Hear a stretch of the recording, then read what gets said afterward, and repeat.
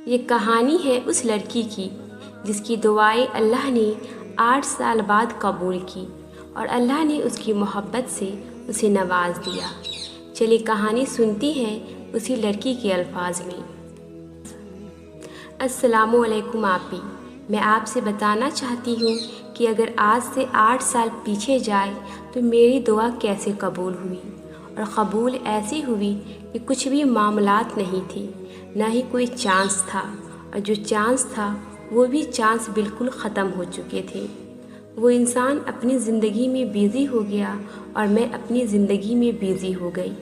وہ مجھے بھول گئے، میں انہیں بھول گئی کہ قسمت ہمیں دوبارہ کیسے ملوا دے گی۔ آپی، ایسا تھا کہ میں روتی تھی، تڑپتی تھی، لیکن دعا صرف کرتی تھی اسی کے لیے۔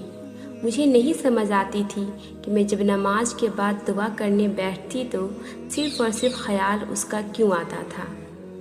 جو انسان مجھے چھوڑ کر جا چکے تھے، جنہوں نے ہر طرح کے دروازے میری طرف سے بند کر لیے تھے، لیکن میں پھر بھی پتہ نہیں کیوں ان کے لیے دعا کرتی تھی۔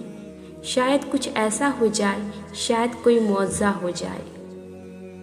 جب میں بالکل سمجھ گئی کہ ہر چیز کے دروازے بالکل بند ہو گئے ہیں، سب کچھ ختم ہو گیا ہے، اب کچھ نہیں ہو سکتا، نہ جانے کہاں سے اندھیرے میں وہ روشنی نظر آئی اور ان کی خالہ ہمارے گھر آئی۔ اور جب ان کی خالہ ہمارے گھر آئی تو آپ ہی میرے دل کی دھڑکن بہت تیز ہو گئی، اور میں نے کہا یہ کیسے ہو گیا؟ یہاں کے تو دروازے سب بند تھے، اور وہ اپنی زندگی میں مصروف ہو گیا اور میں اپنی زندگی میں مصروف تھی، لیکن میرے دل میں ایک طلب تھی کہ دعا کبھی نہیں کرنا چھوڑوں گی۔ چاہے انہوں نے مجھے کہہ دیا تھا کہ اب تم مجھے دعا میں کبھی نہ مانگنا، لیکن میں نے ان کے سامنے تو ہاں بول دیا تھا، لیکن میں اللہ کے سامنے بیٹھ کر بات کرتی تھی اور روتی تھی اور کہتی تھی اللہ تعالیٰ میری مدد کر دے۔ اللہ تعالیٰ نے میری مدد کی۔ مجھے نہیں سمجھ آئی کہ جب میں بالکل اندھیرے میں چلی گئی، جب میں بہت بیمار بھی ہو گئی اسی وجہ سے، تو اچانک ایک دن ان کی خالہ آتی ہے اور ان کی خالہ کہتی ہے کہ کیا آپ نے اپنی بیٹی کا رشتہ کر دیا ہے؟ تو میری والدہ پہلے تو خاموش ہو گئی، اور میری والدہ نے جھوٹ بولا، ہاں ہم نے اس کا رشتہ کر دیا ہے، کیونکہ آپ ہی 2 خاندانوں کی بات تھی۔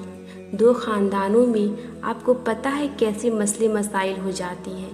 میری امی نے اپنی انا رکھتے ہوئے یہی بول دیا کہ نہیں ہم نے اس کا رشتہ کر دیا ہے، اب تم کس بات پر آئی ہو ہمارے گھر؟ تو خالہ نے کہا کہ میں خود نہیں آئی، مجھے اللہ کی طرف سے بھیجا گیا ہے۔ تو میری امی نے انہیں ایک دم سے طنز کیا کہ آئی تم بڑی اللہ والی۔ تو انہوں نے کہا کہ نہیں میری بہن، میری بات تو سن لو، تم تو ایسے اتنے طنز لہجے سے مجھ سے بات کر رہی ہو، ایک بار میری بات سن لو۔ تو آپ ہی میں نے جیسے ان کی بات سنی تو میں نے امی کو بولا، امی 1 منٹ کے لیے خاموش ہو جائے، کیوں غصہ کر رہی ہیں؟ 1 منٹ بیٹھے تو صحیح، خالہ کی بات سن لے، وہ کیا کہنا چاہتی ہے۔ تو میری خالہ کہتی ہے کہ میں رات کو سو رہی تھی تو سوتے سوتے اٹھ گئی، تو میں نے خواب میں دیکھا کہ آپ کی بیٹی رو رہی ہے اور نماز پڑھتے ہوئے کہہ رہی ہے کہ خالہ ان سے میری بات کروا دو اور میں ان سے شادی کرنا چاہتی ہوں۔ وہ لڑکا خالہ کے بھانجا تھی، میرا ان سے رشتہ کروا دو۔ تو میں ایک دم سے پریشان ہو گئی کہ اس بات کو گزرے 8 سال ہو گئے ہیں، اب بھلا یہ میرے خواب میں کیوں آئی ہے، ایسا کیوں ہے؟ تو میں سو گئی، اور پھر خالہ کہتی ہے اگلے دن وہی خواب آیا مجھے۔ تو میں اپنے بھانجا کو کال کی اور میں نے بولا بیٹا یہ سب کچھ کیا ہو رہا ہے، یہ سب کیوں ہو رہا ہے؟ تو مجھے میری بھانجی نے بولا کہ خالہ میں خود بہت تڑپ رہا ہوں، مجھے معلوم کر کے بتائیے کہ اس کا رشتہ ہو گیا ہے کہ نہیں۔ تو آپ ہی جب خالہ نے یہ بات کی تو میری امی ایک دم سے رونے لگ گئی، اور امی نے کہا بہن میں تم سے معذرت چاہتی ہوں، تم واقعی میں اللہ کی طرف سے آئی ہو فرشتہ بن کر، اور ابھی ہم نے اس کا رشتہ نہیں کیا ہے۔ اور آپ یقین کریں میرے ہاتھ میں پانی کا گلاس تھا اور وہ گلاس گر گیا اور میں بے ہوش ہو گئی۔ مجھے ایسا لگا اس وقت کہ کہ میرے پیر کے نیچے سے زمین نکل گئی ہو۔ اور اس کے بعد جب میں ہوش میں آئی تو امی نے مجھے بتایا کہ خالہ کہتی ہے کہ وہ لڑکا کوئی ایسی رات نہیں ہے جس میں وہ کہتا ہے خالہ میں اس کے لیے نہیں تڑپا، میں نہیں رویا اور تہجد میں اس کے لیے دعائیں نہیں کرتا۔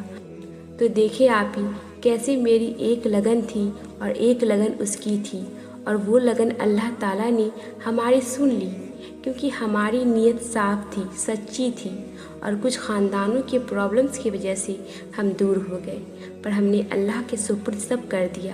ہم نکاح کرنا چاہتے تھے لیکن اللہ تعالیٰ کی مصلحت یہ تھی کہ پہلے ہم دونوں اللہ تعالیٰ کے قریب ہو جائے اور اس کے بعد اللہ نے ہمیں ایک دوسرے کے قریب کر دیا۔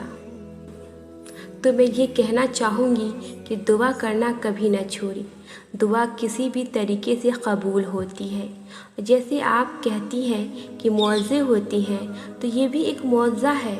مجھے نہیں پتہ کیسے اللہ نے میری دعا ان تک پہنچائی، اور دلوں کے دلوں سے رابطے ہوتے ہیں کیونکہ دل اللہ پاک کا گھر ہے۔ اور سورہ یاسین بھی میں بہت پڑھتی تھی، تو آپ سب بھی سورہ یاسین پڑھا کریں اور اللہ تعالیٰ پر یقین اور توکل رکھیں، کیونکہ اللہ تعالیٰ وہاں سے سن رہے ہوتے ہیں جہاں سے ہم نے سوچا بھی نہیں ہوتا ہے، اور ہماری منزلیں بے شک مشکل ہوتی ہے۔ 8 سال کوئی کم عرصہ نہیں ہوتا ہے، اور جب بالکل ہی چیز ختم ہو گیا ہو لیکن اندر ہی اندر وہ بھی دعا میں مانگتی تھی اور میں بھی دعا میں مانگتی تھی۔ تو بس میں یہی کہوں گی کہ اگر آپ کی نیت صاف ہے اور سچی ہے اور اللہ تعالیٰ کے حکم پر آپ لوگ قائم رہنا چاہتے ہیں، بری چیزوں سے بچنا چاہتے ہیں، تو نکاح کریں اور اللہ تعالیٰ سے مدد مانگیں اور برائی سے بچیں، اور اللہ سے یہی کہیں کہ اللہ پاک میری نیت صاف ہے۔ جب آپ کی نیت صاف ہوگی تو آپ کے راستے خود بخود بنتے جائیں گے۔ سنو، تم بھی دعائیں کرنا کبھی مت چھوڑنا، بہت جلد تمہاری زندگی میں بھی ایسے ہی معجزے ہوں گے۔ سنو، اب وقت زیادہ دور نہیں ہے، بہت جلد کامیابی تمہارا رخ کریں گی۔ مشکل اپنے حل اپنے ساتھ لے کر آتی ہے، بس انسان کا اللہ پر بھروسہ ہونا چاہیے۔